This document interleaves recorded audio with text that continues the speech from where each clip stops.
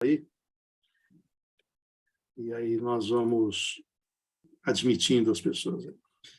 Muito bem, temos aí também a Juliana, que é da Pascoaloto, Carol Moreira, muito obrigado, Rosana, obrigado por estar conosco, Edson, sempre parceiro aí, Rafael, lá do Confiança, muito obrigado. Daqui a pouquinho o pessoal da Promax também, disseram que vão atrasar um pouquinho, chegam por aqui. Bom, sou o Reinaldo Cafeu, né? O Reinaldo Cafeu Soluções de Gestão é associado regional da Fundação Dom Cabral e nós representamos aqui para as regiões de Bauru, Marília e Araçatuba a Dom Cabral. Estou na Dom Cabral desde 2019, tivemos aí a pandemia, né? E as coisas tiveram que mudar, mas nós voltamos muito fortes esse ano. Tivemos agora o fórum, o professor Pedro, que é o nosso palestrante, teve uma brilhante participação lá no módulo exatamente sobre o tema de hoje, e conseguimos lá ver o quanto o PAEX, né, que é o carro-chefe aí das médias empresas, tem feito sucesso no mundo todo. Testemunhos de todo o Brasil, né, sobre os resultados alcançados. Então, foi muito satisfatório. Bom, eu gostaria, antes da gente passar a palavra para o professor Pedro, passar um vídeo institucional rapidinho da Dom Cabral, para quem não conhece, poder ter aí um contato, né, com as nossas entregas. Vamos lá.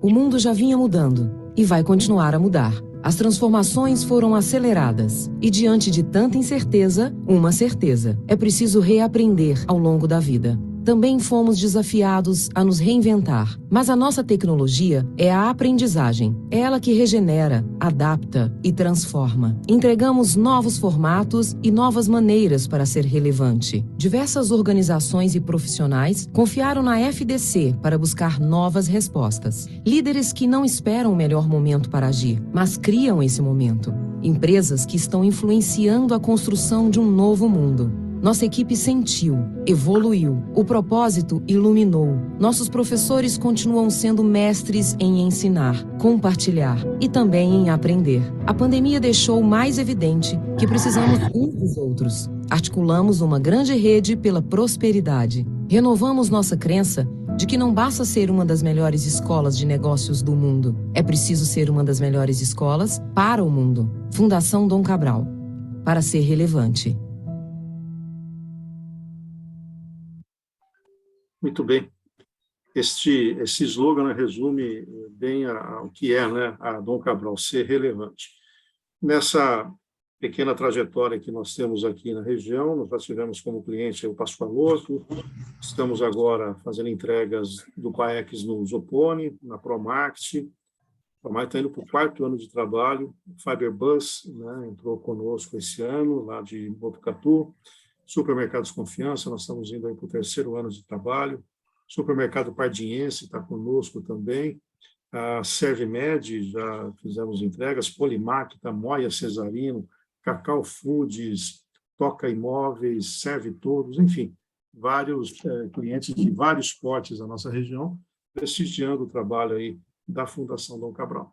E é com alegria que nós hoje recebemos o professor Pedro Lins, um especialista em ESG e em tantos outros termos. O Pedro Lins se coloca assim: um consultor, mentor, conselheiro, professor, palestrante e, gostei do último, voluntário. Ou seja, já está aí praticando uma das letras do ESG, né, na sua carreira. Professor Pedro, muito obrigado pela parceria, pela sua disponibilidade. Uma equipe, um time pequeno, bem intimista, temos tudo aí para ter uma excelente tarde. Inclusive, combinamos um modelo diferente, com menos falatório e mais interação. Portanto, professor Pedro, obrigado mais uma vez aí pela sua presença. A turma é tua. Obrigado. Obrigado, Reinaldo. Obrigado, time da RC. E queria começar aqui agradecendo ao Gustavo por ter organizado tudo isso para a gente, né, Gustavo? E queria jogar esse nosso tempo, na verdade não jogar, mas colocar esse nosso tempo para que a gente fizesse literalmente um bate-papo. né? Eu acho que ao final de tarde está todo mundo bastante cansado, a correria que nós temos do dia a dia. E aí eu queria bater um papo com vocês sobre esse tema. Esse tema que, para mim, ele é bastante caro, é a minha carreira profissional. Eu vou fazer o seguinte, eu queria compartilhar aqui com vocês alguns slides, mas eu não queria fazer um negócio formal. Eu acho que a gente teria que fazer aqui, como está numa sala bastante, vou até dizer, compacta, que a gente pudesse aproveitar isso numa troca de experiência, numa troca de bate-papo. Vocês topam fazer isso comigo, sim ou não? Claro. Positivo. Claro. Positivo, Sim. legal. Vamos lá. Então, vamos lá. Então, nós vamos fazer o seguinte, nós vamos fazer aqui perguntas e respostas, quero saber, tenho dúvida, Pedro, me dá uma ideia de alguma coisa, e eu quero desafiar vocês também em cima dos temas. Podemos fazer isso? Tá?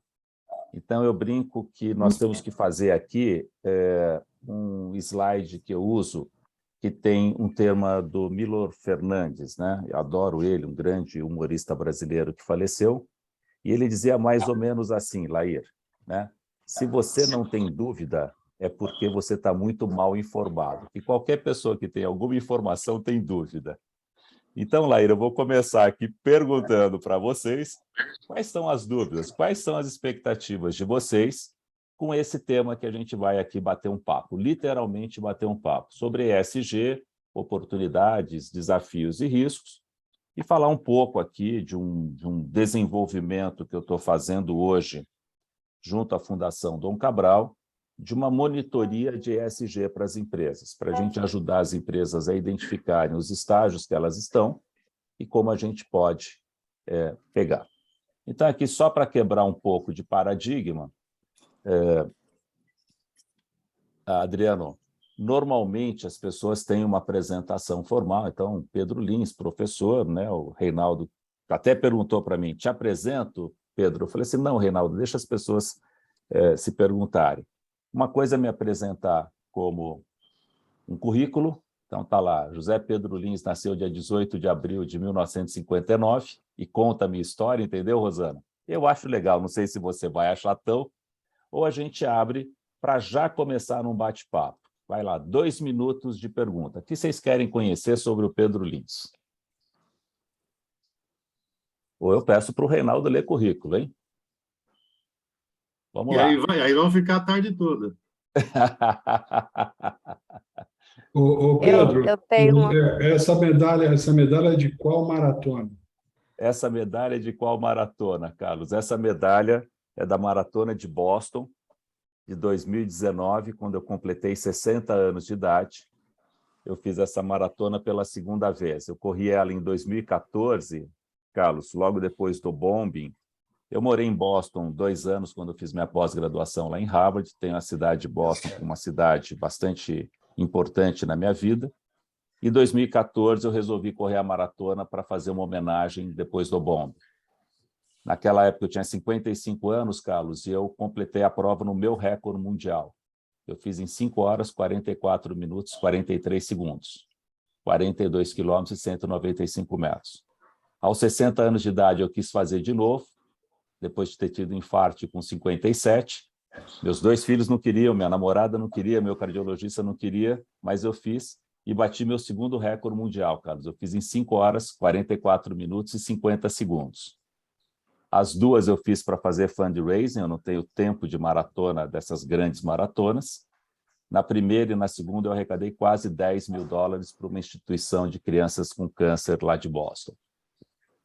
Então essa é a medalha. Legal? Parabéns, parabéns. Obrigado. Parabéns. Obrigado, eu queria Edson. ter seu joelho para ajudar a correr também, mas não tenho essa possibilidade. Edson, agora faz 2 anos que eu não faço nada, ganhei 9 quilos que me amam, pandemia me detonou. Dúvida se o infarto veio por conta da primeira corrida. Exatamente, acho que veio por conta da primeira corrida, Reinaldo.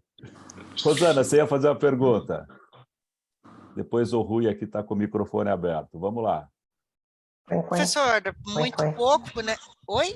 Posso falar? Pode falar, claro, por favor. Sim, muito pouco, né? Mas eu tive a impressão realmente, né, que você veio com todo o seu aparato, né? Então eu confesso para você que eu não consegui poder fazer mais investigações sobre a sua pessoa, né?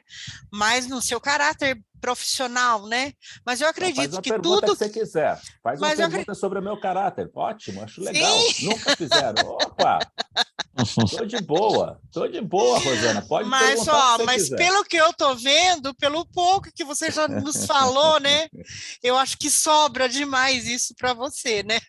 Então, fala aí uma pergunta de caráter. Eu vou adorar ter uma pergunta de caráter. Nunca fizeram para mim, Rosana. Vai ser a primeira. Vamos lá. O que você quer Olha, saber? não estou falando. Eu acho que você é uma pessoa que tem todas as condições, né, para Uhum, uma estando aí, uma também pela própria Dom Cabral, né, que sempre nos uhum, apresentou assim excelentes pessoas, né? Então uhum. a gente fica assim de uma certa forma assim muito curioso para saber, né, quem que é aquela pessoa que vem nos trazer, né, Então, mais conhecimento. conhecimento, tudo, Então, né? pergunta, Então direto. O que você quer saber do Pedro? Uma pergunta, qualquer uma. não, eu já perguntei, você corre maratona, mas Corro. direto, faz muito tempo que Não, você está não, não. correndo, não? Eu corri duas na minha vida, uma em 2014 e uma em 2019, só. E nunca tinha corrido antes, tá, Rosana? Certo. Não, mas isso é muito importante, né, saber, né, mas A pelo que joia. você comentou, que é da década aí de 50, né, então Uhum. eu vejo assim, então deve estar Muito muito bem bem. preparado para isso. Mas é Vamos um lá. prazer estar Juliana, aqui com você. muito obrigado. Juliana está com a mão levantada. Quando eu não enxergar aqui, porque eu não enxergo todos vocês, ou levanta a mão ou abre o microfone. Vamos lá, Juliana, o que você quer saber do Pedro? E depois o Edson. Prazer, Pedro. Obrigada aí pela Prazer. generosidade, tá? Minha curiosidade é o que fez você chegar nesse tema tão relevante, né? É um tema Tá, que carrega muito propósito. Gostaria de saber qual é o seu propósito com o tá. tema. Na verdade, Juliana, o que me levou a isso foi uma oportunidade de mercado. Eu tive uma educação judaico-cristã, sou católico, não sou muito praticante, mas minha mãe era mais. Então, sempre fiz trabalho voluntário a vida inteira. Mas quando eu me formei em 82, eu comecei a trabalhar em indústria química e farmacêutica. Eu sou de São Paulo, moro em Campinas a vida inteira. E eu voltei para Campinas em 85, mais ou menos, e eu fui convidado a fazer um trabalho voluntário para uma instituição de crianças cegas, para ajudar eles a montarem, a arrecadar dinheiro para construir a sede. E aí eu detectei que eu tinha uma forma de ajudar o mundo com as duas coisas que eu tenho mais importantes na minha vida, que é o meu tempo e o meu conhecimento.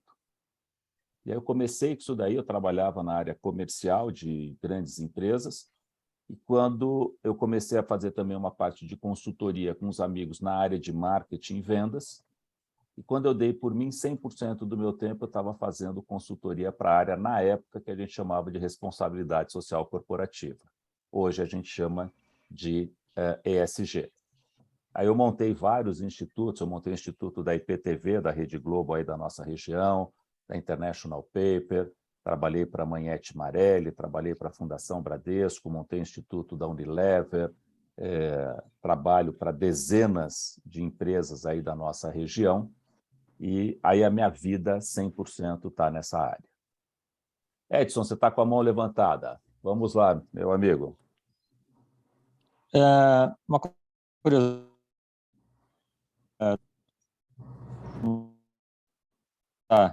Edson, está cortando um pouco a sua voz. Eu não sei se é para mim ou se é para todo mundo. Todo mundo. Tá.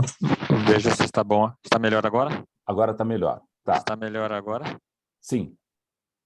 Tá. Eu desconfio que eu tenho um problema de conexão, porque às vezes as vozes de vocês somem aqui também. Então, talvez seja um problema aqui de internet, eu não sei. Eu acho que eu perguntava a respeito da sua... pode ser. Oi, pode falar. Pode falar. A respeito da sua iniciação, eu suponho que esteja numa cronologia aí, a biologia, o marketing e a administração, né? E como é que foi essa tendência da biologia para depois dos próximos passos aí? Tá. Então, eu vou colocar para você, para mim, até gozado, tá, Edson?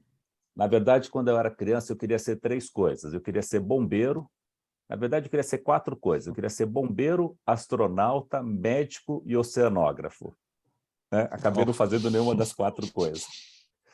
A biologia foi porque eu queria muito fazer oceanografia, e eu entrei em biologia em 79, e tinha certeza, mas não mais velho, mas mais novo, que eu ia ter um barco de pesquisa chamado Calypso, porque o meu herói chamava-se Jacques Cousteau. Adorava os documentários do Jacques Cousteau.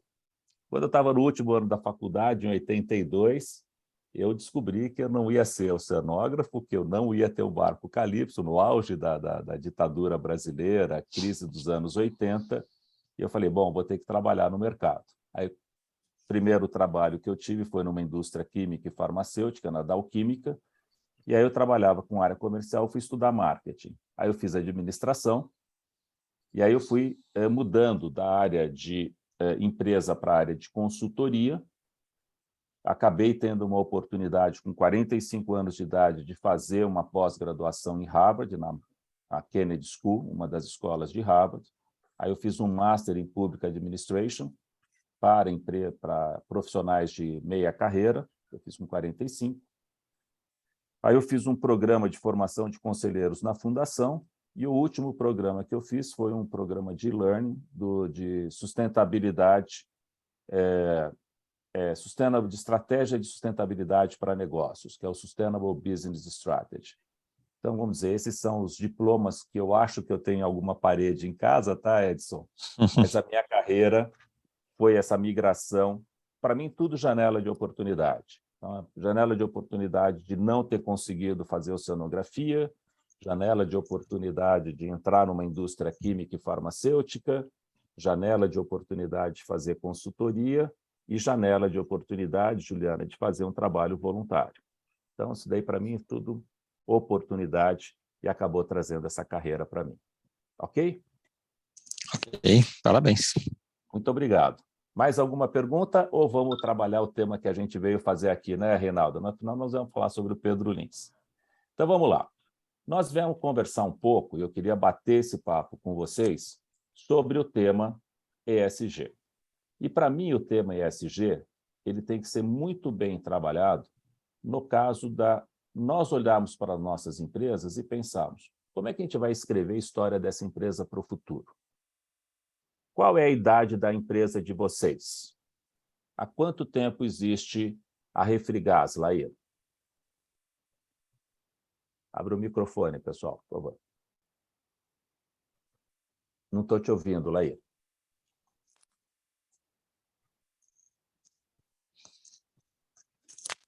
Continua com o telefone mudo. Então, vamos fazer o seguinte. Falar? Ele tem mais de 30 anos. Pronto, Ele completou 30 anos. Abre.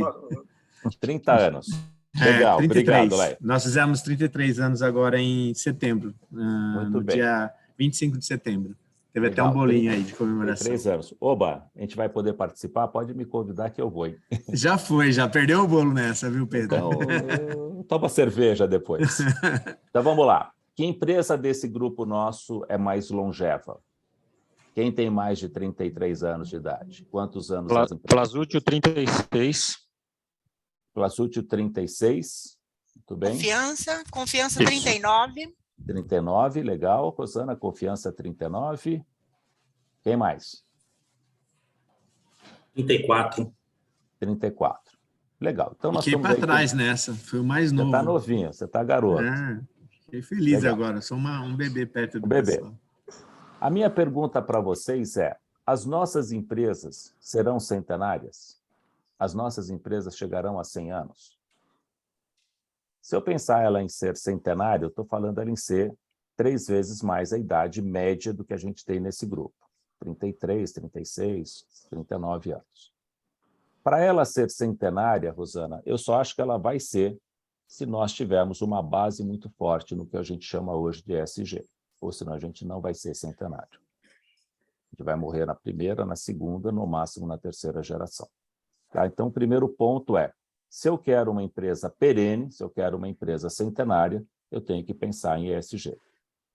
O ponto que vem quando eu falo de ESG é um conceito de que as pessoas têm uma tendência, tá, Edson, de complicar o ESG.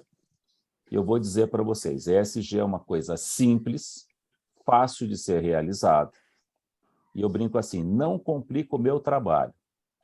Tá certo, Rafael? Meu trabalho, deixa ele simples. E como é que a gente faz isso? No caso que a gente está trazendo hoje para a Fundação Dom Cabral, pela Fundação, é um jeito de simplificar esse tema, que para muita gente ainda é, talvez, um desconhecimento. Como é que a gente fala da definição da nossa ambição e do nosso propósito para a ESG, e como é que eu faço uma referência do ESG, pensando nos estágios dele dentro da minha organização. Para isso, o que eu preciso, Laí? Eu preciso organizar metodologicamente esse tema dentro da minha empresa, com Edson, com duas perguntas. Saber, primeiro, aonde nós estamos, e segundo, para onde nós queremos ir. Simples assim. E se nós sabemos onde nós estamos, onde nós queremos ir, o que eu tenho que fazer, Rosana? Só organizar a jornada. Eu vou de um ponto A para um ponto B, é o que vocês fazem todos os anos, todos os dias, nos planejamentos estratégicos. Tá?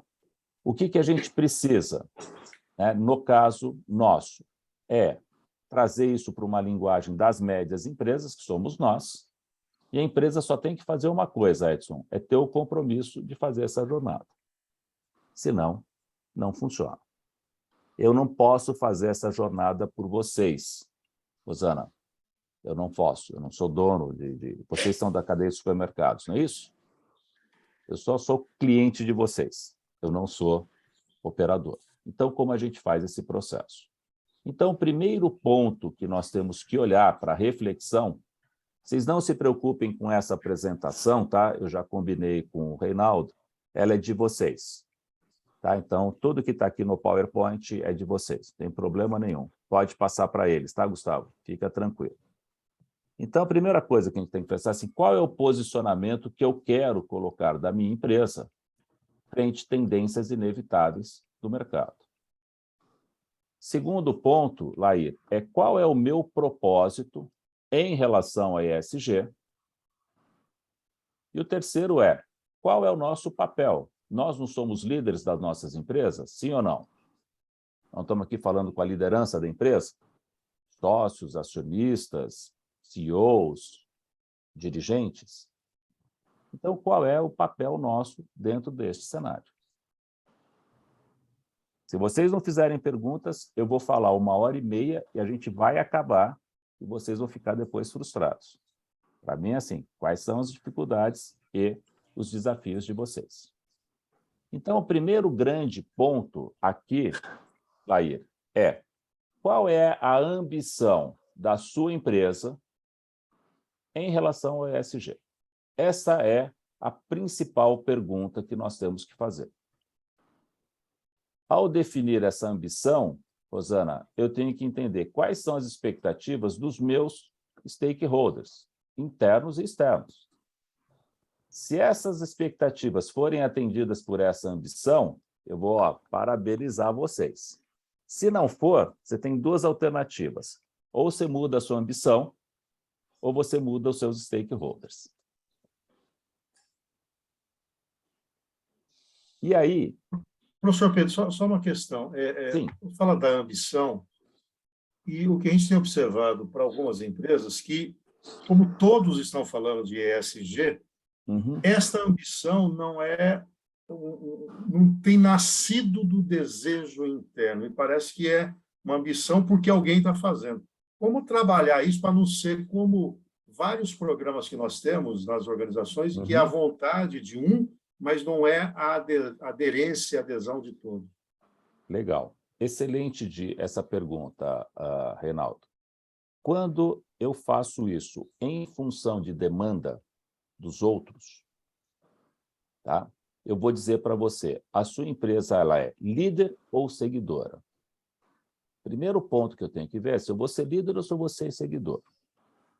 E eu esqueci de falar para você, Reinaldo, que eu detesto, Rafael, trabalhar com seguidor. Eu gosto de trabalhar com líder, independente do tamanho da nossa empresa. e do segmento que eu for, indústria, comércio, serviço ou agronegócio, não importa. Então, se eu quero ser líder, eu não posso seguir o que os meus concorrentes ou o que o mercado está fazendo. Eu tenho que puxar essa agenda. Mas essa agenda está sendo puxada por quem? Por nós mesmos, pela sociedade. Em coisas simples, no caso de alimentação, eu não quero mais comer frango que fica confinado, 20 horas numa sala com luz fechada. Eu quero que o frango viva livre. Milhões de pessoas no mundo estão exigindo isso. Eu não quero produtos com excesso de agroquímicos, isso acontece há anos, certo? Ou com hormônio.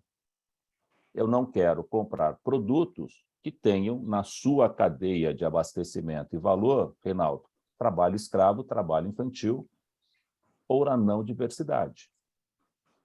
É simples assim, eu não vou comprar produto de uma empresa que não seja diversa. Ah, Pedro, eu não aprendi diversidade na minha vida. Eu também não aprendi. A minha educação foi tão rígida quanto a de vocês.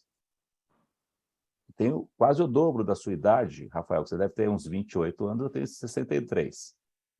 Estou brincando. Mas as nossas educações, está certo, Reinaldo? Ela veio com muito menos diversidade do que a gente tem que trazer hoje. Isso é uma demanda do mercado. Tenta ser uma empresa que você não é diverso. Que você não aceita negros, que você não aceita LGBT, que você não aceita pessoas com deficiência. Você está fora do mercado. Você não vai atrair talentos e competências para substituir você na liderança dessa empresa. Não estou demitindo ninguém, mas um dia você vai ter que ser substituído. Sim ou não? Vocês já estão aí completando 30, 40 anos, está indo da primeira para a segunda geração. É o normal. Quando vocês completarem 60 anos, nós não vamos estar aqui. Isso eu não tenho a menor dúvida. Alguém vai estar tocando esse negócio. Se eu não fizer hoje a diversidade e inclusão, Reinaldo, eu estou fora. Para mim, então, dentro desse aspecto, eu coloco que ESG é um processo de tomada de decisão da empresa. E você só tem duas respostas, Edson, para me dar em relação se a sua empresa ela será ou não ESG. Aqui, Rosana, não tem aquela musiquinha da Rita Lee que eu gosto, mamãe, estou ligeiramente grávida. Não, ou você está grávida ou você não está grávida. Então, doutor Lair, ou a sua empresa será ESG ou ela não será ESG. A decisão é sua. Se você é o principal executivo, se você é o acionista dela, a decisão está na sua mão.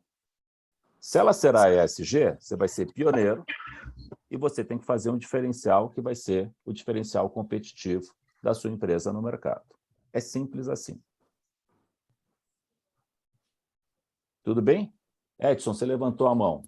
Pergunta, meu amigo. É isso. Acho que ele travou de novo. Ele está com problema na conexão. Está com problema na conexão. Vamos lá, Edson, faz a sua pergunta. Está cortando a sua voz, Edson. Um projeto que é de... Puxa vida. Se você não conseguir... Eu não tenho... Eu vou... Escreve no chat, Edson. Escreve no chat e a gente lê aqui, Edson, por favor. Certo? Então, ok, vou tentar por aqui. Beleza. Okay. Mais alguma pergunta, Rui? Não, por enquanto não. Vai perder a chance de fazer pergunta, vai sair com dúvida aqui, depois vai ficar chateado, hein? Pelo amor de Deus, hein? Então, vamos lá. Então, se ESG é um processo de tomada de decisão, nós vamos decidir se a nossa empresa será ou não ESG. Ponto. Se eu decidir que ela vai ser, Rafael, o que eu tenho que fazer? Eu tenho que olhar a forma que eu vou crescer esse tema dentro da nossa empresa. Através do quê? Entre outras coisas, tá? Através... Opa, peraí que eu acabei apertando aqui o botão errado. Parei de conectar. Entre outras coisas, olhando há quanto tempo se fala deste tema, né, ESG no mundo, na era moderna. A gente tem uma tendência de achar que é um tema recente, Tá certo? Ah, foi lançado... Quando? Vamos lá, fazer uma pergunta aqui para esta sala. Quando foi lançado o ESG? Pergunta histórica. Fala um número, gente. 2 anos, 3, 6 meses, 4 anos, 200 anos. Fala um número, qualquer um, vamos lá. Espera aí, Google Vai. responde. Não quero o Google. Larga de ser sem vergonha, é nessa sala. Se for para o Google responder, eu procuro 20 no anos. Google, não pergunto para você. Quanto? Cerca de 20 anos, não é, professor? Cerca de 20 anos. É isso daí, Gustavo. Tá? ESG, Laí, foi lançado em 2018. Tá? Mas esse tema, na era moderna, Laí, desde 1798, a gente fala do que a gente chama de ESG hoje. Um estudo de um grande filósofo inglês chamado-se Princípios da População. População são as pessoas. Pessoas é o S do ESG. O ESG em si, Lair, foi lançado em 2004. Só tem 18 anos esse tema. Bom, essa é a realidade. E aí tem dezenas de temas que passaram isso, desde a Rio 92, desenvolvimento sustentável, a chegar ao que hoje a gente chama de felicidade interna bruta. Né? Então, só para quebrar paradigma, Gustavo, de que ESG não foi lançado ontem. Tá? A média de um tema ser lançado e ser aplicado no mercado é entre 15 e 20 anos. Então, o ESG está exatamente nesse tempo. Há uns 3, 4 anos atrás, a gente pegou um pouco mais e ele hoje é a base do que a gente faz no desenvolvimento desse processo. Tendências inevitáveis do mercado. Todos os dias, todas as grandes mídias do mundo falam do tema ESG. O tempo todo. Tá? O tempo todo. Isso é uma tendência que ninguém consegue evitar. Temas ligados a ESG. Dezenas, centenas, para não dizer milhares, de livros falando de capitalismo consciente, né? Ou lucro com propósito, das ações dos Objetivos de Desenvolvimento Sustentável da ONU, até nos qualificarmos como uma empresa B. Dezenas, centenas, milhares de temas, artigos, reportagens, matérias, estudos de caso, um monte. De estudos de caso do World Economic Forum sobre as novas campeãs de sustentabilidade, ao estudo de caso da Harvard Business School de como o ESG traz resultado financeiro para as empresas. Tem dezenas, para não dizer milhares. Então, o que é o tema ESG? Para quem não sabe, ele é o acrônimo de 3 palavras em inglês: Environmental, Social e Governança. Em português, Lair, deveria ser Ambiental, Social e Governança, mas provavelmente, Rosana, vai continuar sendo o ESG. Tá? Essa é a forma. Está chegando aqui a pergunta do Edson. Como a guerra na Ucrânia, com a guerra na Ucrânia, o tema sustentável está sob ameaça? Não, Edson, o tema ESG não está sob ameaça. O que ele está sendo? Ele está sendo corrigido por um erro estratégico dos países e das empresas, ou melhor, do ser humano, de achar que eu ia trocar uma matriz energética baseada em combustível fóssil, carvão, gás e petróleo, por uma matriz limpa, enquanto o mundo não tem nem tecnologia, nem dinheiro para fazer essa mudança. Nós não temos ainda uma capacidade de ter 100% da nossa energia limpa para energia solar, energia eólica e agora o hidrogênio, e a Europa pagou muito barato durante anos um gás e esqueceu de que o dono desse gás é um ditador. E ditador é uma pessoa não confiável. Quando ele fez a guerra na Ucrânia, A Europa e os Estados Unidos pressionaram eles com sanções e ele só devolveu a sanção cortando o gás. E a Europa, este inverno, principalmente a Alemanha, e, na verdade, todos os países europeus, vão ter que voltar para suas matrizes energéticas não limpas. Isso não é ameaça à sustentabilidade. Na verdade, é uma correção sobre algo que eles jogaram e que não vão conseguir fazer. Então, assim, você carbono zero em 2040 e não serão.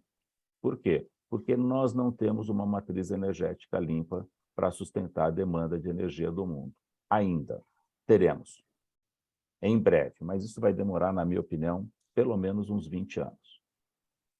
No caso brasileiro, a gente tem uma enorme vantagem competitiva, porque mais de 80% da matriz energética brasileira é limpa, para não dizer 90%, que é a matriz hidrelétrica. Hoje, energia eólica e solar, aqui a gente tem muito mais vantagem do que a Europa, e hoje a gente tem o etanol. Mas ainda usamos muito combustível fóssil também, mas muito menos do que a Europa e Estados Unidos, muito menos. Então, não acho que a sustentabilidade ESG está ameaçado. Ele vai cair num tempo real dele. Tudo bem, Edson? Ok. Beleza. Então, vamos lá. ESG. Quando ele foi criado? Por que ele foi criado? E por que a gente está falando sobre ele?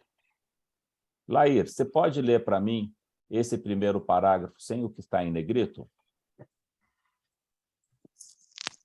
Sem ser o negrito, né? O termo ESG foi cunhado em 2004 em uma publicação do Banco Mundial em parceria com o Pacto Global da ONU e instituições financeiras de 9 países responsáveis pela administração de mais de 20 trilhões de dólares, trilhões de dólares, né? Chamado Who Care Wins. Legal. Então, primeiro ponto, tá? Quebrar a paradigma. Carlos, ESG foi cunhado em 2004 por 2 organizações, Banco Mundial e a ONU, o Global Compact, que faz o mesmo Objetivos de Desenvolvimento Sustentável, e, na época, por 9 instituições financeiras, Francisco Lair, que movimentavam, administravam, na época, 20 trilhões de dólares. E essa paper, essa matriz desse tema, é um papel, é um artigo chamado-se Who Cares Wins, que significa quem se preocupa ganha. Então, ele está dizendo que quem se preocupa com ESG ganha. E aí ele tem um propósito do que ele foi lançado, que é o que está em negrito. Você pode ler para mim, Lair, por favor? Deixa eu ver aqui. A proposta era obter o apoio das instituições financeiras para buscar uma melhor forma de integrar os fatores ESG ao mercado de capitais. Legal. Qual que é o verbo grifado 2 vezes? Integrar, né? Integrar. Já diz então, tudo.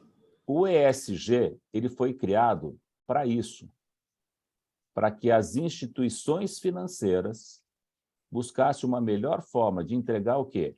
Social, ambiental e governança ao mercado de capitais. Por isso que as instituições financeiras estão cada vez mais puxando essa agenda junto a nós, qualquer tipo de empresa. Então, assim, Rosana, eu já vou passar a palavra para você. ESG é simples, ele só tem um objetivo, que é integração. Do quê? De temas ambientais, sociais e governança na gestão das empresas. Só isso. Rosana, pode fazer sua pergunta. Vamos lá. Adoro quando a gente vai batendo papo. E a diferença? Porque na época, quando nós implantamos responsabilidade social na empresa, nós queríamos chegar até a sustentabilidade, que tinha o tripé da sustentabilidade, que a sustentabilidade entrava o social, né, o meio ambiente e a parte econômica. Então, foi através daí que teve essa mudança, foi evoluindo. Na verdade, é uma curva de evolução, tá, Rosana? Para mim, desde 1798, a gente fala a mesma coisa, tá? Por quê? Quando eu pego o tempo, tá? O triple bottom line, que a gente fala da sustentabilidade econômico, social e ambiental, foi criado em 96. Do jeito que a gente fala. A responsabilidade social foi criada na época da Revolução Industrial, do cooperativismo, para quem conhece cooperativismo. Né? A própria Convenção Internacional do Trabalho é de 1930. A Convenção dos Direitos Humanos da ONU é logo depois da guerra, em 48. Isso aqui é tudo ligado. Ambiente, pessoas, governança e financeiro. O correto, Rosana, seria falar EESG. Economic, Environmental, Social e Governance. Tem vários autores que já chamam assim. Eu acho que não vai pegar, mas eu, quando falo de ESG, eu estou falando de econômico, social, ambiental e governança. É uma evolução dos temas. Vai mudar esse tema no futuro? Eu acredito que sim. Quando? Espero que seja daqui a 18 anos também, para não ficar mudando a cada 15 dias, que cansa um pouco. Tá certo? Então, esse é o conceito. O primeiro ponto para a gente colocar aqui, Rosana, é o seguinte: social, ambiental e governança. Escolhe um desses 3 temas, Rosana. Social. Social. Diz para mim o que a sua empresa não faz desses 4 temas que estão nesse mandala. Você não se preocupa com saúde e segurança no trabalho, você não se preocupa com a responsabilidade com o cliente, você não está ligando para o seu impacto na comunidade, você não se preocupa com o direito do trabalhador. Qual desses você não faz? Todos esses nós fazemos. Legal. Lamento informar para você, Rosana, você faz o S do ESG e nem você sabia que você faria. Vamos lá. Lair, diga para mim, ambiental ou governança? Deixa eu abrir aqui. Eu acredito que a parte... Não. Diz para mim, escolhe, ambiental ou governança? Eu prefiro a parte de ambiental. Ambiental, tá. Diz para mim, qual desses 4 fatores não é importante para a sua empresa, que você não se preocupa? Mudanças climáticas, pegada ambiental, uso de matérias-primas e poluição, emissão de resíduos. Olha, aqui a mudança climática, para mim, tem tudo a ver, influencia muito no meu negócio. A pegada ambiental também, a gente se preocupa bastante aqui. Talvez aí a parte de poluição, a gente não tem... Talvez assim, você não tenha, o que eu estou querendo dizer é o seguinte, talvez você não tenha no nível que você queira, mas se você se preocupa com a pegada ambiental e a mudança climática, você está preocupada com a emissão de resíduos. Sim. Tá certo? E, óbvio, o uso das matérias-primas. Então, o que eu queria dizer para você?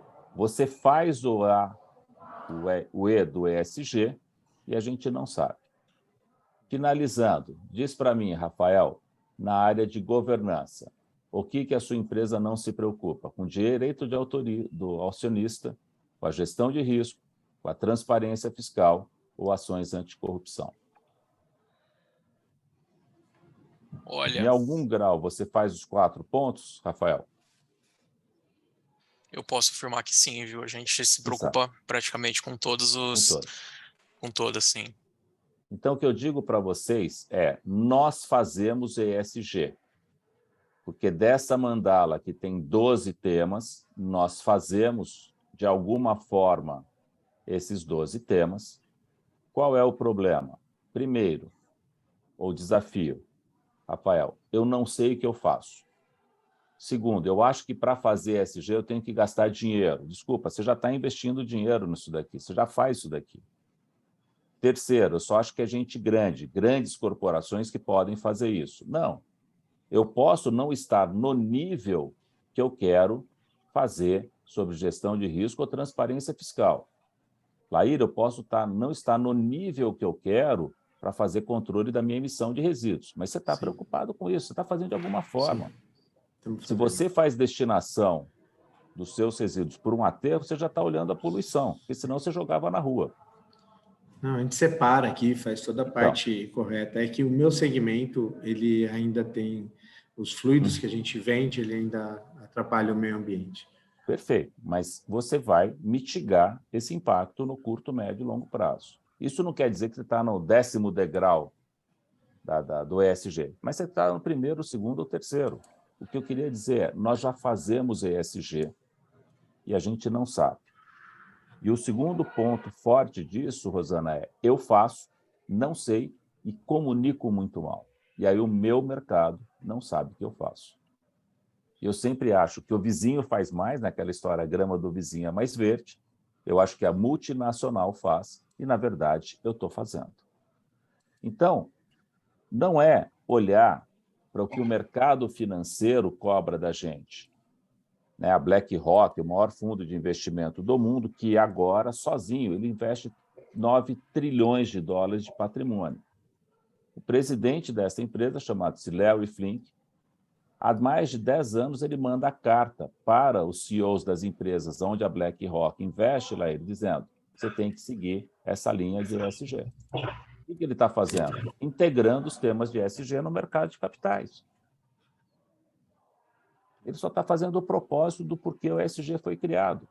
Ele não está fazendo nada mais, ele não virou um ecologista, sabe o eco-chato? Ele não virou eco-chato. Ele está fazendo gestão de risco. O mercado financeiro está reagindo dessa forma. O mundo financeiro fala disso. Este aqui é o Larry Fink. Presidentes de grandes bancos, presidentes de bancos centrais. E tem algumas pessoas que acham que ESG é bobagem, ou da modarão deles. Não tem problema, acho que é bom ter o contrário. Uma das maiores revistas de economia do mundo, chamada-se The Economist, há 2 meses atrás, fez uma capa dizendo que a gente não tem que fazer ESG, que a gente só tem que olhar o ambiental. Eu acho que está errado. Tem que olhar o ambiental, o social, a governança e o financeiro, o econômico. Né? No mercado corporativo brasileiro ou mundial, a mesma coisa. Você tem líderes que são ícones nesse tema e tem líderes que perdem o emprego por causa do ESG. Os dois chamam Fábio. Um chama Fábio Barbosa, contratado a peso de ouro para ser o novo presidente da Natura. O outro chamado Fábio Schwartzman, que foi demitido, não foi demitido, né? Foi pedido para sair, eu chamo isso de Capitão Nascimento, pede para sair 02, depois do acidente de Brumadinho. Então, isso daqui está constantemente no mercado. A mesma coisa em relação a custo de capital. Empresas com baixo ESG pagam juros mais caros. Empresas com alto ESG pagam juros mais baratos, no mundo e em países emergentes. Uma empresa que agora se tornou grande, mas era média na área de água e saneamento, lançou há 3 meses atrás, Laí, um bond de 500 milhões. Com 2 objetivos, Rosana, um social e um ambiental. O social era reduzir o volume de energia que eles gastam para fazer metro cúbico de água tratada. Sei lá, gastava 10 quilowatts, agora gasta 9. E o outro era ter o maior número de mulheres em cargos de liderança, passando de 18% para 30%, e de negros em cargos de liderança, passando de 12% para 20%. Eu não lembro exatamente o número. Tá? Esse bond deles é de 5 anos, vai até 2027. Se eles cumprirem esses 2 temas, Gustavo, em 5 anos, eles têm uma redução, Rafael, de 0,025% na taxa de juros. Eu não sei para vocês, para mim, Edson, 0,25% de 500 milhões é muito dinheiro. Eu passaria tranquilamente esse finalzinho de ano, Carlos, com esse dinheirinho, entendeu? Em alguns casos, essa diferença está chegando a quase 1% de diferencial na taxa de juros. Isso é realidade, isso aqui é negócio. Por quê? Porque a empresa ESG gera menos risco, se ela gera menos risco, ela pode pagar um spread menor. O mercado está fazendo isso. Quer pegar dinheiro barato? Mostra para o mercado financeiro que você faz ESG. Isso é realidade. Um outro ponto é ligado à área de pessoas. E a área de pessoas, quem que a gente tem que se preocupar, Carlos? a gente tem que se preocupar com a geração milênio e com a geração Z, que é a geração que tem a ética e a consciência dentro delas. Não é que a gente não tenha, só que eles têm mais. Um dos desafios, Carlos, 75% dos seus colaboradores em 2030 serão dessa geração. E essa geração tem 3 princípios. Eles não querem trabalhar para, eles não querem investir em, e eles não querem comprar de empresas que colocam o lucro acima de valores. Que é a mesma coisa de falar o lucro acima de ESG.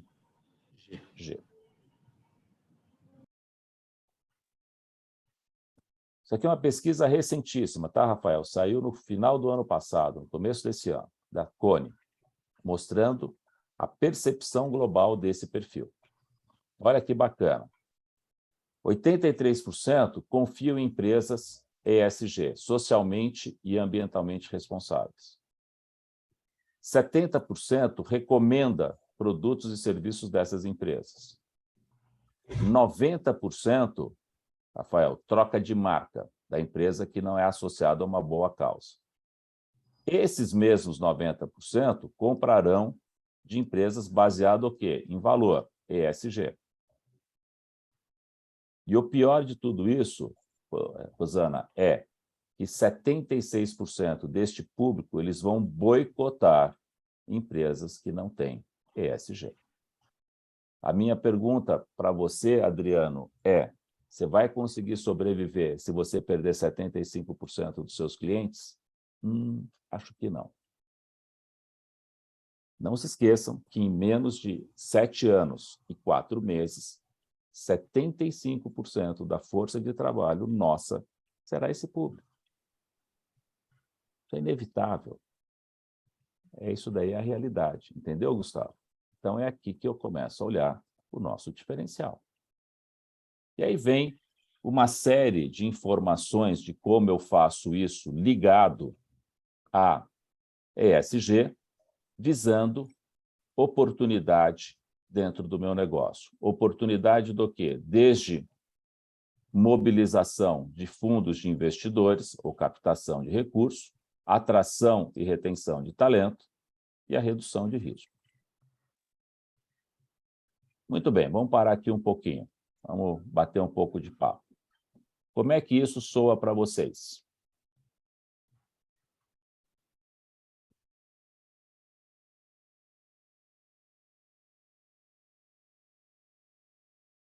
Não estou ouvindo. Eu vou falar, então. Então, vamos lá. Eu vejo que isso aí vem acontecendo, né? E eu vejo que a gente tá tendo aquela preocupação, né? Tanto quanto a nossa empresa, por exemplo, como eu disse para vocês, nós implantamos a responsabilidade social, mas a gente sabe que a gente tem que fazer muito mais ainda. E agora, entrando o ESG, eu preciso estar fazendo essa adaptação, fazendo essa transformação de responsabilidade social, passando para o ESG, né? E então eu acredito assim que realmente é aquele negócio do bonde tá passando. Então a gente tem que aproveitar o ensejo aí, porque realmente isso vai ser um diferencial. Eu acredito que hoje já é um diferencial, mas eu acredito que com o tempo isso vai ser um fator assim determinante. Exato. Muito bem. O que mais? Adriano, está com a mão levantada. Vamos lá. Boa tarde. Boa tarde. A minha preocupação, eu estava mais como um espectador aqui, mas resolvi fazer uma pergunta. Primeira vez que eu participo desse tipo de palestra. Eu tenho empresa aqui em Lençóis Paulista, uma empresa pequena, mas já tem uns 40 anos de empresa, começou meu pai. A preocupação é no nível seguinte: o quanto isso implica essas questões de ESG vai implicar na sobrevivência de pequenas empresas. Vou te dizer uma coisa, Adriano. De novo, a gente tem uma tendência de achar que ESG é só para gente grande. Já passo a palavra para você, tá, Carlos? E é o seguinte, eu trabalho, Adriano, com grande, média e pequena empresa. E eu trabalho com microempresa, tá? Inclusive em favela. Eu vou te dar um exemplo de uma microempresa em favela. tá? Um salão de cabeleireiro em Paraisópolis, que tem 2 pessoas, uma cabeleireira e uma manicure. Na porta desse salão, Rosana, tem um papel A4, que ela não tem dinheiro para fazer propaganda, e ela escreveu com caneta piloto a seguinte frase: este é um salão de cabeleireiro sustentável. Nós temos shampoo, e eu vou falar creme rinse e condicionador biodegradável. Então, tá vendo, Adriano? Eu faço um diferencial na ponta do lugar de uma favela. Eu vou mostrar para vocês um exemplo de um hotel, uma unidade de um hotel, do que eles fizeram para fazer esse diferencial. Então, não importa se a sua empresa é uma empresa de 500 mil, 1 milhão, 10 milhões ou 100 milhões, ou 100 bilhões. Eu estou dizendo para você que um salão de cabeleireiro que não fatura 20 mil reais por ano está fazendo um diferencial competitivo num lugar que é competitivo. A favela de Paraisópolis, só para dar uma ideia para vocês, tem 12 mil CNPJs. Tem milhares de pessoas lá, MEI, fazendo tudo. E eles estão buscando diferencial. Então, não é porque eu estou em Lençóis Paulistas, por sinal, já estive na sua cidade, já saltei de paraquedas aí algumas vezes, era amigo do Simeone, que infelizmente bateu e morreu, uma cidade muito bacana. Então, assim, não importa qual é o meu negócio, o seu mercado consumidor, Adriano, ele mudou. E ele vai exigir que você faça isso. Pedro, que nível eu vou fazer? Eu vou fazer no nível que eu consigo, do meu tamanho. Eu não vou fazer coisas maiores do que eu faço. Eu vou te mostrar algumas ações que uma colega minha fez no hotel, gastando menos de 60 mil reais. E mudou a percepção do mercado dela. Carlos. Bom, primeiro eu queria fazer um comentário, porque você correu maratona depois do infarto, salta de paraquedas. O teu risco é alto, hein, velho? Não é alto, não, mas tudo bem. Brincadeiras à parte. Brincadeiras à parte. Eu faço parte de um grupo, né, do interior paulista. Sei. É o grupo de ESG, é um capítulo, na verdade, do IBGC. Tá. Ótimo. E nós tivemos a grata surpresa de receber o presidente da usina São Manuel, aqui da cidade de São Manuel, aqui perto de Bauru. Doutor Carlos. Ele fez uma apresentação junto com o gerente de sustentabilidade, em que nível, né, eles estavam do ESG. E aí, depois da apresentação, surgiu uma pergunta muito recorrente, que foi a seguinte: cara, eu ter esse engajamento, né, ter todo esse trabalho, que é um processo que leva algum tempo. A São Manuel está bem avançada, mas ainda não está completa. O meu açúcar eu consigo vender mais caro, o meu álcool, o etanol, eu consigo vender mais caro? E a resposta foi não. Até porque é uma commodity, então você não tem nenhum diferencial no seu produto para você ter ou não ter engajamento em ESG. Mas ele falou uma coisa: se eu precisar, aquele gráfico que você mostrou, se eu precisar de dinheiro, provavelmente a minha taxa vai ser menor do que as outras usinas. Isso aí. Então, cara, mas eu não quero ir nem pelo dinheiro mais barato e nem por poder colocar algum produto mais caro. Mas vai acontecer isso que você mostrou na pesquisa. As gerações futuras vão começar a selecionar muito mais criticamente as empresas que estão engajadas e as empresas que não estão engajadas. Exatamente. Aí perde o viés, perde o viés do financeiro, que todo mundo fala que é o financeiro, a vida, as empresas financeiras é que estão conduzindo para que as empresas caminhem nessa estrada. Não é, vai ser o mercado que vai te conduzir para caminhar. E a moça lá do Paraisópolis, ela já está fazendo o papel dela, com certeza. Exatamente. Então, aí, ótimo você ter trazido este exemplo, Carlos, porque eu coloco o seguinte, tá? Quando eu penso em ESG, né? Como o nosso amigo lá da usina São Manuel, e para mim ele é um ícone, há décadas eu conheço ele, faz uma coisa completamente diferente. O que ele está trazendo para nós? Ele está trazendo o que a gente chama de um diferencial competitivo no mercado, de commodity, do qual não vou ter grandes vantagens comerciais, financeiras, em preço, mas eu vou ter um diferencial de perenidade. Por quê? Porque o mercado vai comprar isso de forma diferente. Eu estou trabalhando neste projeto da monitoria de ESG, né, e com o Reinaldo a gente vai fazer isso também para as empresas, né, da nossa região, numa empresa de Ribeirão Preto. Tá? Chama-se Usina Lins.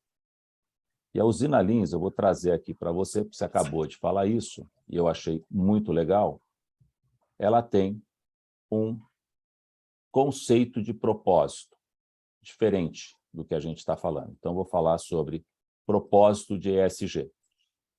E a Usina Lins, ela mudou o propósito dela. Você consegue ler para mim aqui, Carlos, o que está escrito no propósito da Usina Lins aqui? Consigo. Produzir energia que se transforma em combustível para a vida. Então, eles não produzem mais açúcar e etanol. Eles produzem o quê? O combustível para a vida.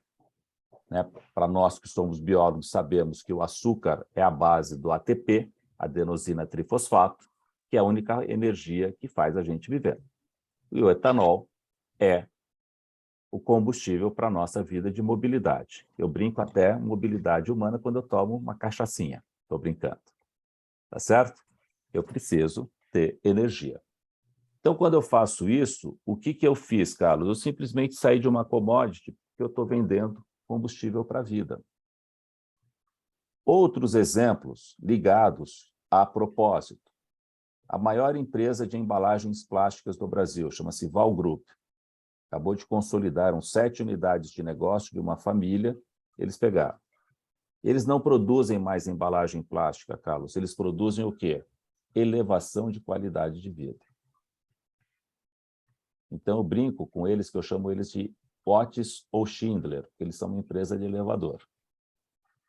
Através de quê? De embalagens que protegem os produtos que a gente precisa consumir e desenvolvendo a economia circular. É uma empresa hoje, Carlos, grande. Eles produzem 800 mil toneladas de plástico. Eles já reciclam hoje 20% disso, 160 mil toneladas.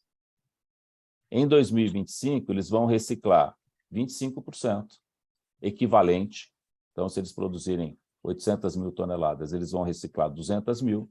Em 2030, 50%. E em 2040, 100%. Através de milhões de novas tecnologias para reciclagem. Eu não sabia, mas a reciclagem química hoje dá a oportunidade de você reciclar uma garrafa PET 20 vezes. Isso aqui está lá, certo? Esse é o processo. Vamos lá, né? Diferente. Empresas, Adriano, que para mim são menores que as de vocês. Esta aqui é grande, né? A John Deere.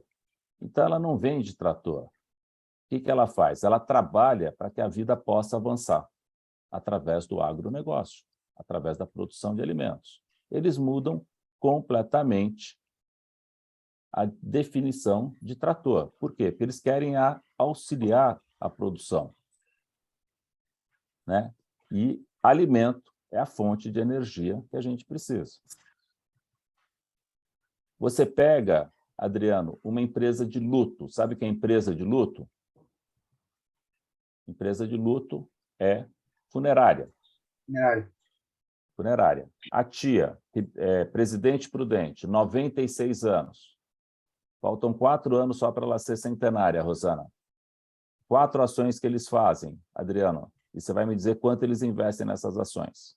Uma delas chamada-se Sementinhas de Luz. Sementinhas de Luz é o seguinte: toda criança que morre na área de cobertura da funerária, a tia, de 0 a 12 anos, é de graça o enterro. Tudo. Tudo. porque eles têm uma missão de dizer que quem perde um ente querido pequeno, você não tem que se preocupar em pagar o enterro. Fazem isso há 90 anos.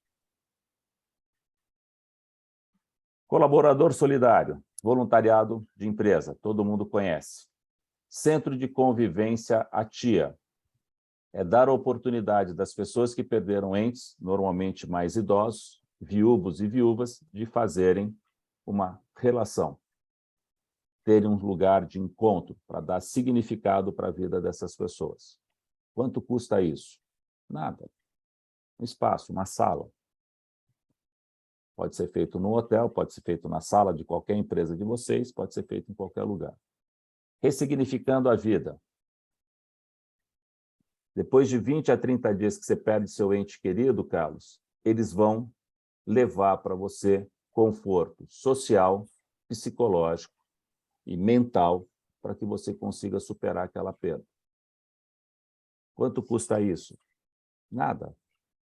Tem um outro projeto chamado-se Saudade Solidária. O que é saudade solidária, Adriano? É você ensinar, através da ressignificação da vida, que quando você perde um ente, você não deve guardar as coisas deles. Sabe aquela coisa, fecha o quarto, fica tudo lá do meu filho, fica 50 anos lá, móvel, roupa, óculos, sapato. Doa. A saudade não vai passar, você vai ter ela para sempre. Mas quando você faz isso solidariamente, você ajuda outras pessoas que não têm aqueles produtos ou recursos. Quanto custa isso? Nada, são iniciativas. A minha pergunta para vocês, se vocês fossem comprar um plano funerário para vocês ou para a empresa, vocês vão comprar da Pedro Lins Limitada ou da ATIA? Deu para perceber? Eu crio o valor de um negócio que ninguém quer olhar. Eu não quero ser usuário deles. Eu sei que eu vou ser, mas eu não quero ser usuário. Certo? Mas nós seremos usuário deles. Acabou. Só que você cria um negócio completamente diferente. É ideal de Ribeirão Preto, de uma parte da região. 60 anos, fazem as mesmas coisas. Só que ninguém sabe. Eles são ruins de marketing, são ruins de comunicação. Isso aqui está no site deles, mas eles não divulgam. E nós não temos o direito de não divulgar uma melhor prática. Carlos, eu não posso conhecer só o que o nosso amigo lá de São Manuel faz quando ele vai para um evento. A gente tem que saber. Isso aqui tem que estar na nossa comunicação. Olhando os pilares do ESG, Adriano, tem 4 coisas que você precisa ter para ser centenário. A primeira delas é prosperidade econômica. Conhece alguma empresa centenária sem prosperidade econômica? Também não conheço. Segundo pilar é equidade social. Cuidar das pessoas. Stakeholders internos, colaboradores, funcionários ou empregados, e os externos, a sociedade como um todo. Eu não conheço nenhuma empresa centenária, Adriano, que não tenha sustentabilidade ambiental. Quer dizer, eu quebrei ou a minha fonte de matéria-prima, ou eu poluí o meu mercado, ou eu tive um grande acidente e que deu uma grande poluição. Querem um exemplo disso? Procurem a história de uma empresa chamada-se Union Carbide. Uma das 5 maiores empresas químicas do mundo, Union Carbide, que quebrou num acidente chamado-se em Bhopal, na Índia. E eu não conheço nenhuma empresa centenária, Carlos, que não tenha o quê? Que não tenha vitalidade na sua cultura e governança por um único objetivo, o bem-estar de nós mesmos. Isso é ESG. Você ter prosperidade econômica, equidade social, sustentabilidade ambiental e vitalidade na sua cultura e governança. Eu brinco com vocês, ESG é simples, não complica o meu trabalho. Então, vocês querem ver um último exemplo, antes da gente terminar, eu vou mostrar para vocês como um hotel, não a cadeia como um todo, tá, Adriano? Uma gerente de um hotel fez um diferencial competitivo nesse processo. uma aluna minha da pós-graduação da Fundação Dom Cabral, de Brasília, Hotel Intercity. Ela tinha, na época, o hotel, 96 apartamentos, 2 torres de escritório, 400 salas e um mall com 80 lojas. Ela perguntou para mim, no primeiro dia da aula, Rafael, Pedro, ESG é caro? Eu falei, não. ESG eu posso fazer sozinho? Eu falei, pode.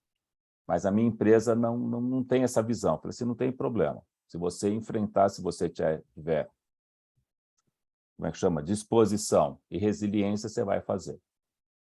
E ela fez, Rosana. Tem menos de 40 anos, essa menina. Brilhante. Ela foi estudar o que a hotelaria precisaria fazer na área de ESG. Então, ela precisa cuidar de energia, cuidar do uso de água e gerenciamento de resíduos. Na parte de energia, ela queria implementar uma fazenda solar em cima do mall que ela tinha, em cima do hotel. Investimento inicial, R$1.200.000. Quando ela foi pedir para o CEO e para os acionistas da empresa, o que eles falaram para ela? Não. Exatamente isso, Rafael. Durante 13 meses, eles falaram não. Pondo uma longa história curta, ela conseguiu financiar a colocação pela própria indústria, ela não pegou financiamento bancário, pegou uma alíquota que ela tinha na linha do budget dela de 300 mil, deu de entrada, e ela reduziu a conta dela, que era R$60 mil por mês. No dia que ela ligou essa usina, a conta caiu de 65 para 25. Esses 35, ela pagou o financiamento da própria indústria. Está terminando agora, 3 anos de financiamento. Ela fez o payback dessa instalação em 3 anos.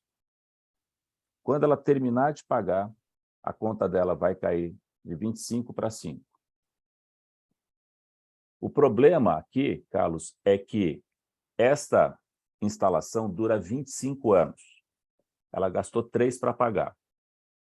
E ela vai ter 25 anos, melhor, 22 anos, um lucro só na conta de energia de 65 para 5. R$55 mil por mês. Faz essa conta aí, Rafael. R$55 mil por mês, vezes 12, vezes 22. Essa vai ser a rentabilidade dela se a energia não subir um centavo. R$15.520.000 em 22 anos. Tá? Na parte de resíduos, ela criou todo um sistema para ter lixo zero. 40%, 30% do lixo dela era orgânico, ela fez compostagem e uma horta. 40% do lixo dela era reciclado, plástico, vidro, papel, e ela fez uma central de armazenamento de resíduos, que ela destina para organizações sociais, né? E menos de 10% do resíduo dela é um resíduo que a gente chama de não reciclável. Para ela chegar a receber o título de empresa lixo zero, ela tinha que reduzir em 90% destinação para aterro. E um dos grandes produtos que ela tinha ligado a resíduo em volume e baixo peso era papel higiênico. E ela acabou descobrindo que existe um papel higiênico solúvel, mais solúvel, e todo papel higiênico é biodegradável, e ela tirou o resíduo papel higiênico. No hotel dela tem essa publicidade. Por favor, jogue o papel no vaso. E é o correto. Quanto ela gastou nessas ações? Nada.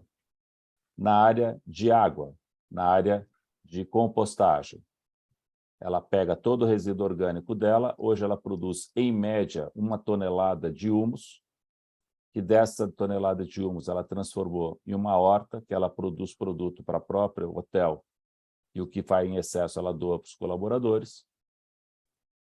E disso ela também fez a área social, desde o desenvolvimento de um projeto Naninha até a capacitação de mão de obra desqualificada das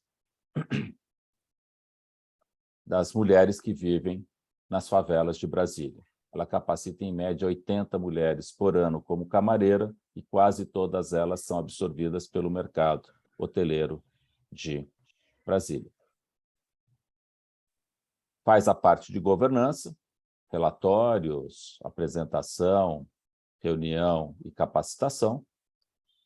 E hoje ela foi simplesmente, Rafael, promovida a gerente de ESG, sustentabilidade do hotel, e ela tem uma coisa muito divertida. Um dos funcionários delas é um grande desenhista. E esse garoto, cada 15 dias, tem uma parede preta na frente do elevador, ele faz desenhos, ele pinta e convida as pessoas a entrarem no hotel sustentável. Então, hoje, qualquer funcionário do hotel leva, numa visita de 25 minutos, qualquer hóspede para conhecer tudo que eles têm, de água reciclada, a compostagem, de produção de boneca naninha, a destinação correta de resíduos recicláveis. Hoje ela foi promovida a gerente do hotel de luxo da rede Intercity e ela foi promovida a gerente nacional de sustentabilidade do hotel. Ela vai ter que passar isso agora para mais 41 hotéis.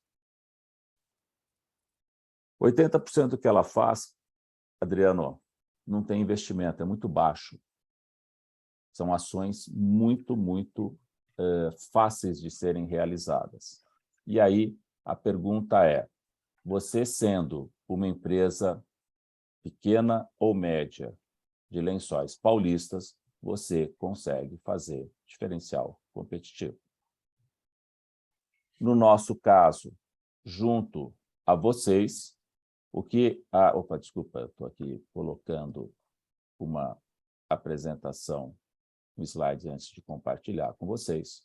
O que nós temos, né, Reinaldo e eu e a Fundação Dom Cabral, é um programa na qual a gente ajuda as empresas a pensarem qual é a estratégia de ESG para nós. E essa estratégia, Adriano, não é você ter uma cúpula de acrílico com planta dentro para dizer estou verde, né? Isso aqui é um ativista na época da Eco, lá da COP de Paris, eu achei tão linda essa foto, falei, vou pegar como exemplo. E ele é um eco chato, né? Só que ele não fala que isso daqui é um acrílico e acrílico vem de petróleo, né? Então isso daí ele não fala, mas ele está lá todo bonitão com o capacete dele. E a gente trabalha um conceito de estágios de ESG nas empresas.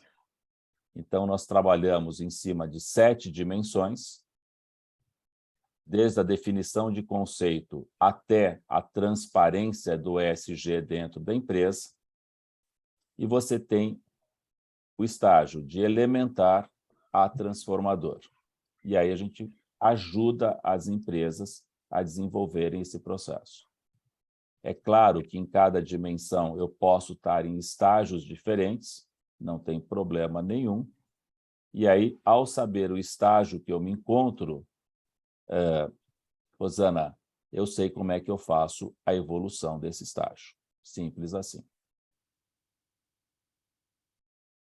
Ao fazer esse negócio, nós levamos também esse conceito exatamente da forma que vocês levam na definição dos planejamentos estratégicos que vocês fazem junto ao PAEX, se vocês forem empresas PAEX, que vai desde a definição do ambiente até a estruturação da governança das atividades de ESG dentro das nossas empresas. Não muda nada do que vocês fazem.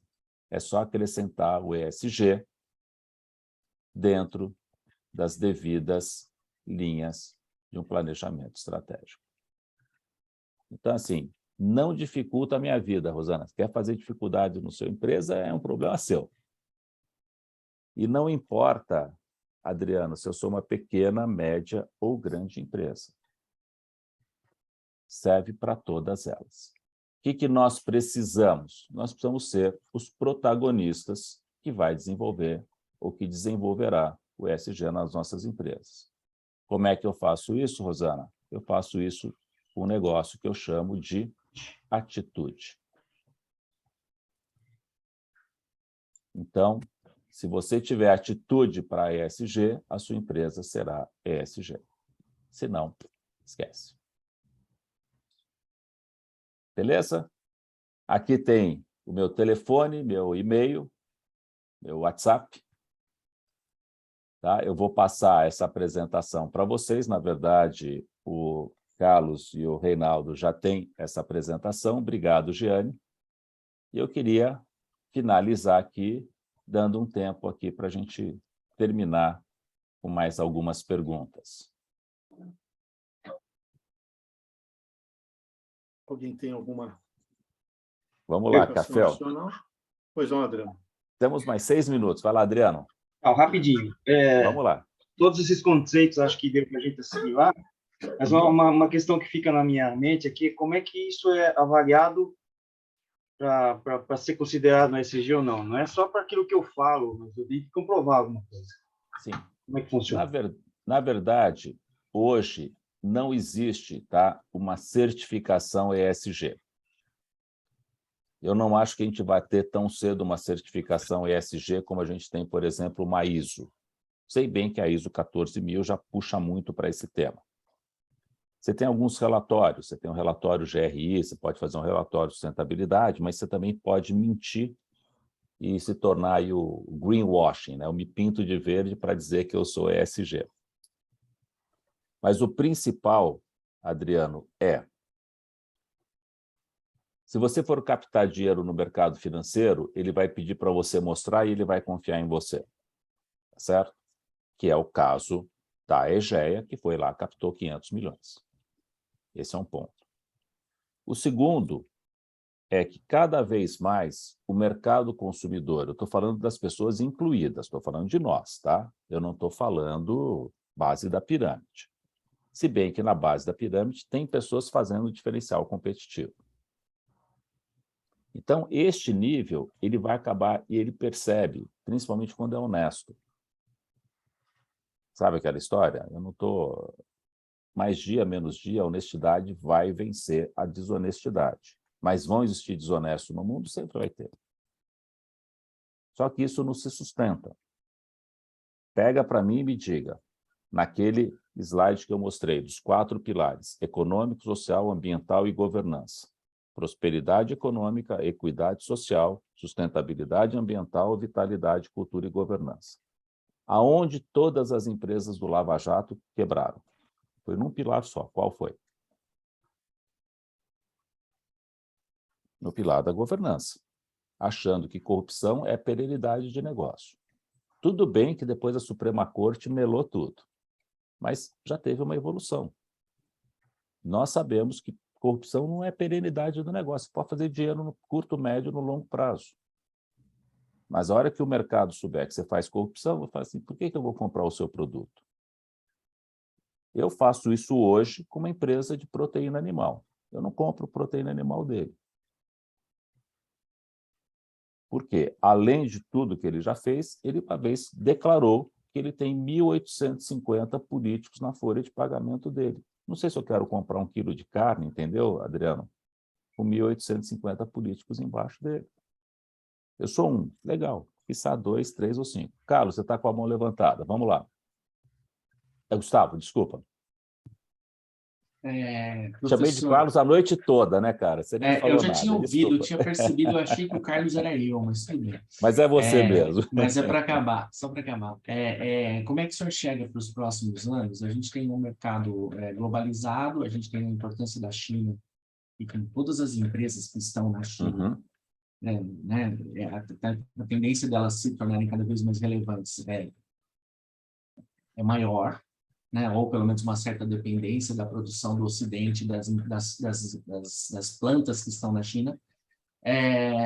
Como a China se comporta em relação à questão do ESG, até por uma outra questão que sempre me bate, que é essa questão das gerações. É inegável que as gerações mais jovens elas não vão se tolerar algumas coisas, né? E que o greenwashing que o senhor citou não vai salvar empresas, elas vão ser descobertas, porque hoje em dia você consegue descobrir quem tá tentando fazer só uma graça ali, fingindo que é ambiental. Exatamente. Que é correto. Mas como é que está essa questão da China em relação ao resto do mundo?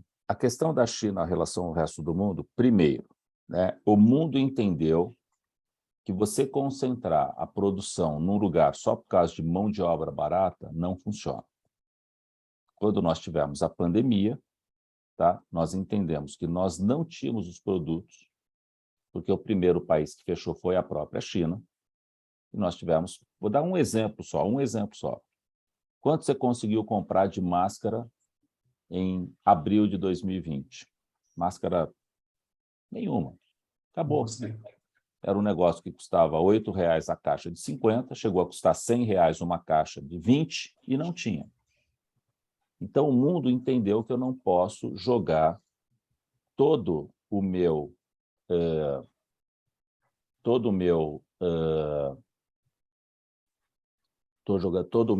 processo de dependência num conceito de globalização. Não vai acabar. Eu não acho que a gente vai estar muito falando em desglobalização. Mas a China está correndo sérios riscos de, não vou dizer de sobrevivência, mas o fator de diferencial deles hoje já não é mais tão grande. Que era recentemente a Apple mudou muita produção para a Índia, vai mudar. né? Por quê? Porque eles não podem ficar na dependência. Eu não sei qual o negócio de vocês, mas quem depende de chip entendeu que eu não posso ficar na dependência de um único país. Então, a indústria automotiva quase quebrou, a indústria de eletrodoméstico quebrou, um monte de coisa, o pessoal está aí, não poderia produzir. Então, essas produções elas vão para o mundo, né? E nós temos que ser inteligentes para trazer parte dessa produção para o Brasil. Isso é um fato. Então, calcula-se que 45 trilhões de dólares que iriam de investimentos para a China nos próximos 7 anos, até 2030, eles não vão para a China, eles vão ser investidos em outros lugares. Calcula-se que 15 bilhões desses 45 venha para as Américas. E que 5 trilhões de dólares devem entrar no Brasil. 30 trilhões, 15 trilhões vão voltar para a Europa e para os Estados Unidos. E os outros 15 devem ir uma parte pequena para a África e uma parte para os outros países da Ásia, que não China. Índia, Vietnã, Singapura, Indonésia. Então, esses recursos estão indo para o mundo. E a China já entendeu também que ela não vai ser mais fornecedora só de mão de obra barata, com trabalho escravo, com poluição, com um monte de coisa que as pessoas não vão querer comprar. E ela já está vivendo esse boicote. Nós corremos um risco, que é, se a China entrar em ESG rápido, eles vão continuar, agora eles vão inundar o mundo. Aí eles conseguem... ESG, aí eles conseguem virar.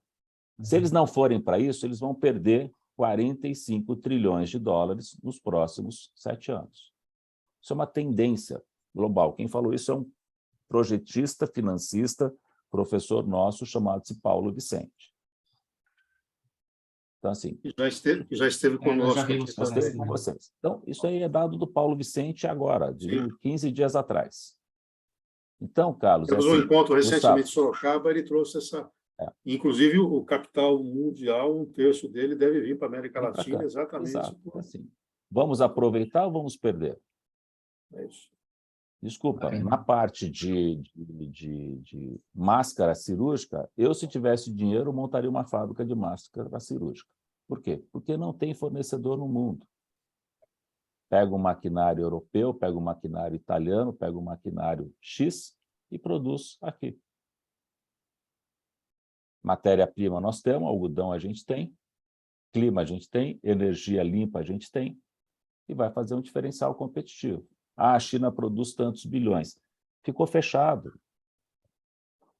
Né? Não foi só Wuhan que fechou. Um monte de área na China está fechado por causa da Covid-0. Desculpa. Então, não eu falo que é assim, um sistema só de desglobalização, mas a gente vai ter uma reorganização na globalização para não depender de países, principalmente onde tem ditaduras. A China é uma ditadura. Xi Jinping é igual ao Putin. Se o Xi Jinping resolver invadir Taiwan, nós vamos ter uma terceira guerra mundial junto com a terceira que já está tendo. Assim, vai confiar nessas pessoas? Eu acho que a gente tem que confiar nos nossos clientes, nos nossos fornecedores, nos nossos parceiros, e o Brasil tem toda a oportunidade disso. Um país calmo, um país pacifista, um país que tem energia, tem um povo trabalhador. Tudo bem, tem um monte de complicação? Tem problema nenhum, mas nós podemos ser o diferencial deste negócio. Muito bem. Rafael. Muito obrigado. Muito obrigado, professor Pedro. Agradeço a todos que participaram. Obrigado pela parceria.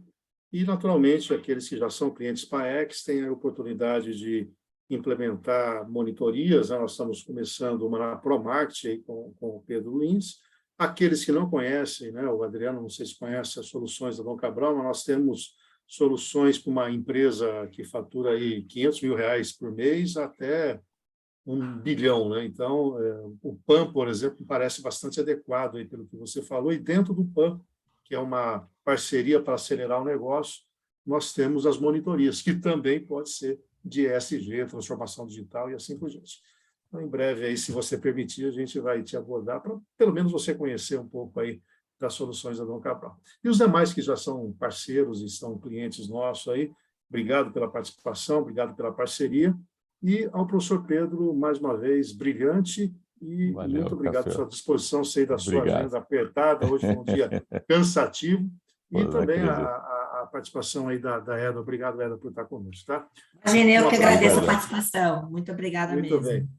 Um abraço, professor Pedro. Suas considerações finais, como dizem os políticos. O senhor tem 30 segundos. 30 segundos, considerações finais. Sejam o protagonista da diferença que vocês querem fazer na perenização dos seus negócios. Empresa centenária precisa de ESG. Grande abraço para todos vocês. Com essa fala, nos despedimos hoje. Até o próximo encontro de dirigentes. Daqui 3 meses nós temos aí outro tema relevante, fazendo parte aí das entregas do PAEX. Um abraço, uma boa noite a todos. Um abraço. São Paulo, agora ver se ele ganha alguma coisa. Grande abraço a todos. Boa noite. Aí vai precisar mais que ESG.